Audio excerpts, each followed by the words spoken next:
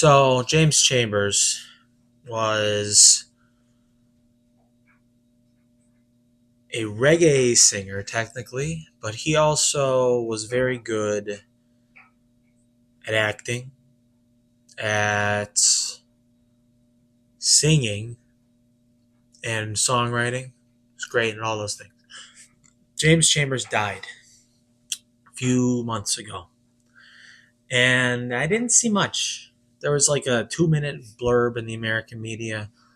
The UK media might have done a bit more, but not much there either. And I think it's quite sad. Um, because I think he was a unique person. You know, all these guys that have these big followings, these the bassist for the Eagles or something dies, the one of the Henley brothers or something, a Grateful Dead drummer dies, and it's like in the news for like 4 days, and it's like this person was not as good as Jimmy Cliff.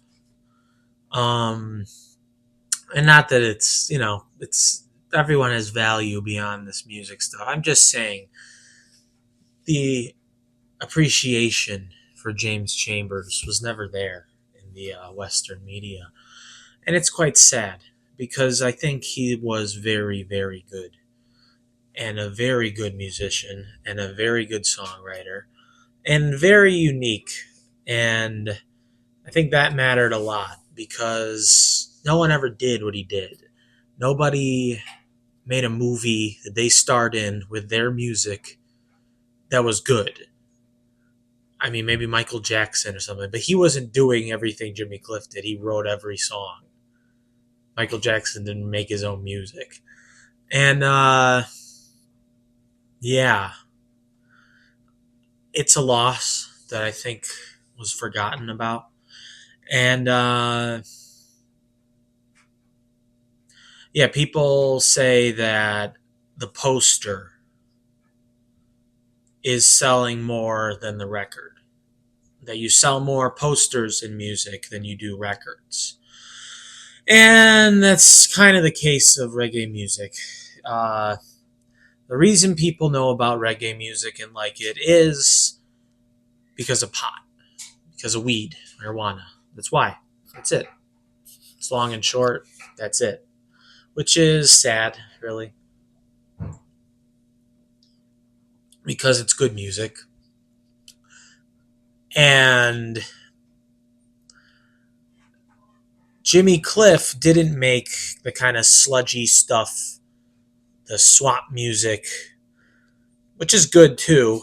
Don't get me wrong. I don't not like Bob Marley, and that's the thing. It's a very one and done, winner take all thing with reggae music. Oh yeah, I know Bob Marley. That's it. There's a whole collection of guys and gals, I guess. The Boom Boom, Bam Bam. Uh, I'm baby talking. The girl who did the thing that Kanye sampled. Anyway, see, I tried to be fair, and that's what happened. But yeah, mostly guys that were doing this stuff that were very good. Peter Tosh, a bunch of obscure artists that were just good at it. Bunny Wailer were the big three.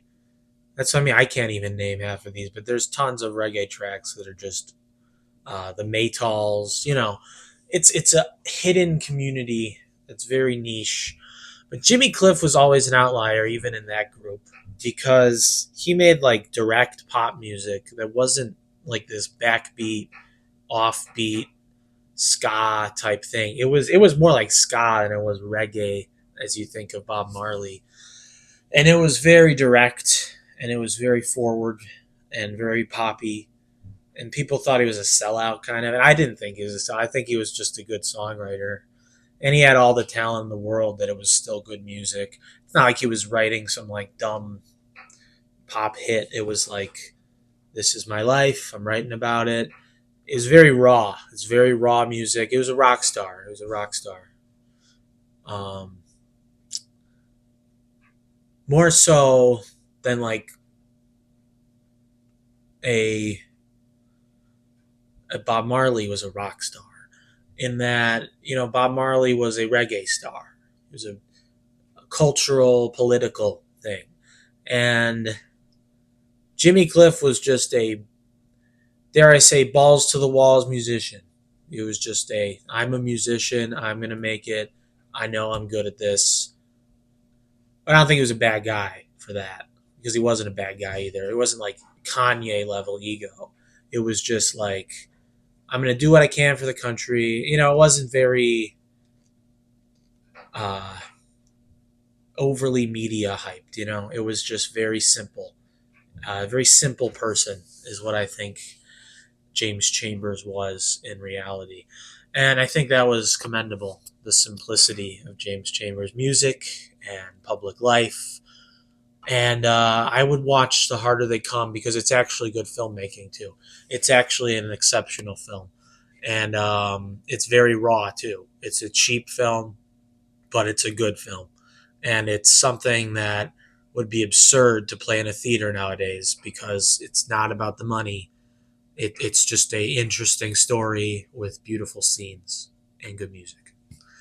And it's a lot of great music. And he didn't just make reggae pop things. There were like soul songs where this guy from Jamaica was just writing these great soul songs. There's a Hard Road to Travel and Many Rivers to Cross. John Lennon covered Many Rivers to Cross. It was ubiquitous. It was a ubiquitous. Everybody who knew about him knew about him. I don't think Bruce Springsteen said anything about his death. Maybe he did, but you know, these guys kind of pick him up out of the woodwork, but you don't ever hear about him. And you know, he performed with Springsteen once, and it never. It's all very shady behind the scenes. This business, and they know certain stuff won't play with a certain audience, and there's a lot of racism and such. But I don't think it's just racism. It's also xenophobia in terms of what I'm not going to listen to some Jamaican. You know, even people from the north. I don't know what is that. What are you talking about? You mean like Marley, like weed? Like that's the how dumb your average person is. And yeah, I've been getting flack. People say I'm too negative on here, that I talk down to people, and I'm not trying to. It's just true. Like the average person cannot fathom a 5'5" Jamaican man singing a soul song that's really good. And there's just racial divisions in every single category. It's very strange. Even I'm just saying among white rock people who are like progressive, they just want to listen to like punk. And I don't like people who don't keep an open mind to music. As much as I've said I don't like certain types of music, you can be surprised if you give something a try once in a while. And Jimmy Cliff was a Rock and Roll Hall of Fame inductee, actually. And yeah, just a very underrated career. He was everywhere, did a lot of cool stuff, and he's dead. So God bless, God bless. And check out the tunes. Thank you.